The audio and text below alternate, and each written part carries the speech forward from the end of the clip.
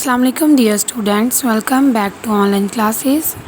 As we have started the reading of chapter number 4, open your books, page number 31, paragraph number 4.2, human activities and climate, इंसानी सरगर्मियाँ और आबो हवा. Climate is also a part of our environment. आबो हवा भी हमारे माहौल का एक हिस्सा है. Think about it.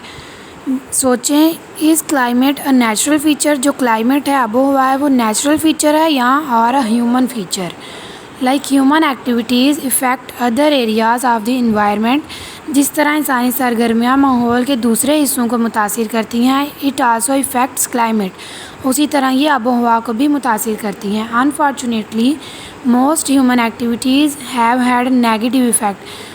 अनफॉर्चुनेटली यानी बदकिस्मती तौर पर क्या है कि ज़्यादातर जो ह्यूमन एक्टिविटीज़ हैं उनका माहौल पर जो असर है वो नेगेटिव होता है. And have caused climate change. और ये किस चीज़ की वजह बनती हैं? आबो हवा की तब्दीली का. पीपल हैव बीन नेग्लिजेंट और इग्नोरेंट. जो लोग हैं वो नेग्लिजेंट का मतलब होता है लापरवाही बरतना.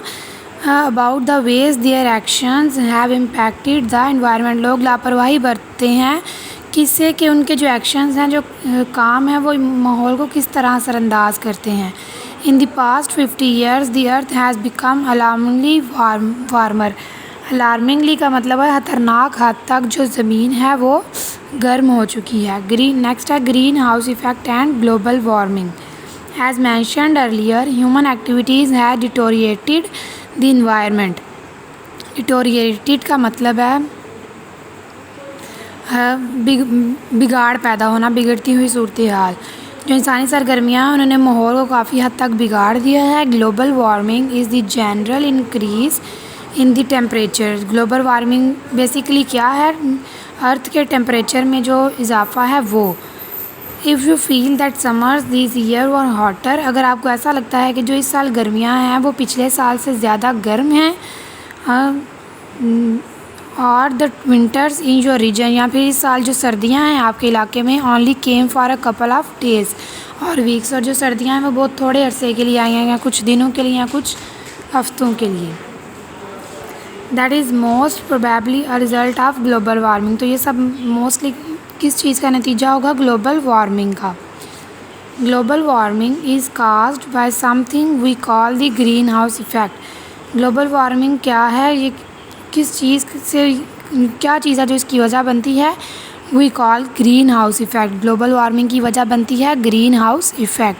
अ green house is house made of transparent material like glass. अब ग्रीन हाउस क्या है?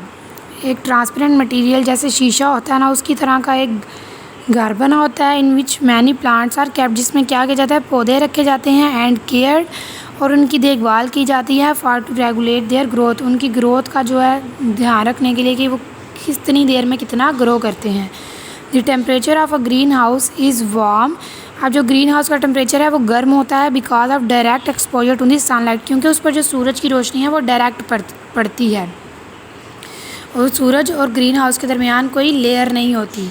हमारे सूरज और हमारी ज़मीन के दरमियान एक लेयर है, ओजोन लेयर, जो हमारी ज़मीन को सूरज की जो हार्मफुल रेज़ हैं उनसे बचाती है. लेकिन ड्यू टू पोल्यूशन वो जो लेयर है हमारी अर्थ को बचाने के लिए, वो गंदगी से, पोल्यूशन से इफ़ेक्ट हो रही है, वो पतली हो रही है, जिसकी वजह से ये ग्लोबल वार्मिंग और ग्रीन हाउस इफ़ेक्ट जैसे असरात पैदा हो रहे हैं.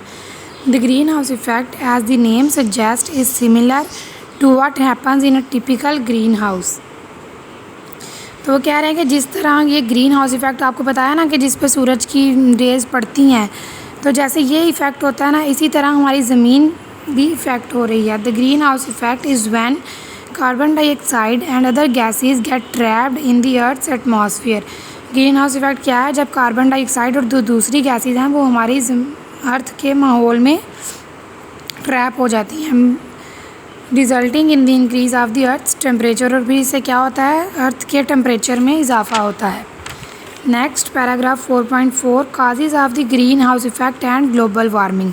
अब ये ग्रीन हाउस इफ़ेक्ट और ग्लोबल वार्मिंग की जो वजह है वो क्या है? कोल, कोयला एंड फोसल्स. फोसल्स क्या होते हैं? जो बाक़ियात होती हैं. जैसे कोई जानवर वगैरह मर जाते हैं तो उनकी जो उनके जो मुर्दा जिस्म वगैरह होते हैं वो ज़मीन में रह जाते हैं ना, तो वो होते हैं fossils. But in power stations उसको क्या किया जाता है, पावर स्टेशंस में बिजली पैदा करने के लिए जलाया जाता है। Are the prime causes of environmental problems, तो ये किस चीज़ की वजह है, इन्वायरमेंटल प्रॉब्लम्स की।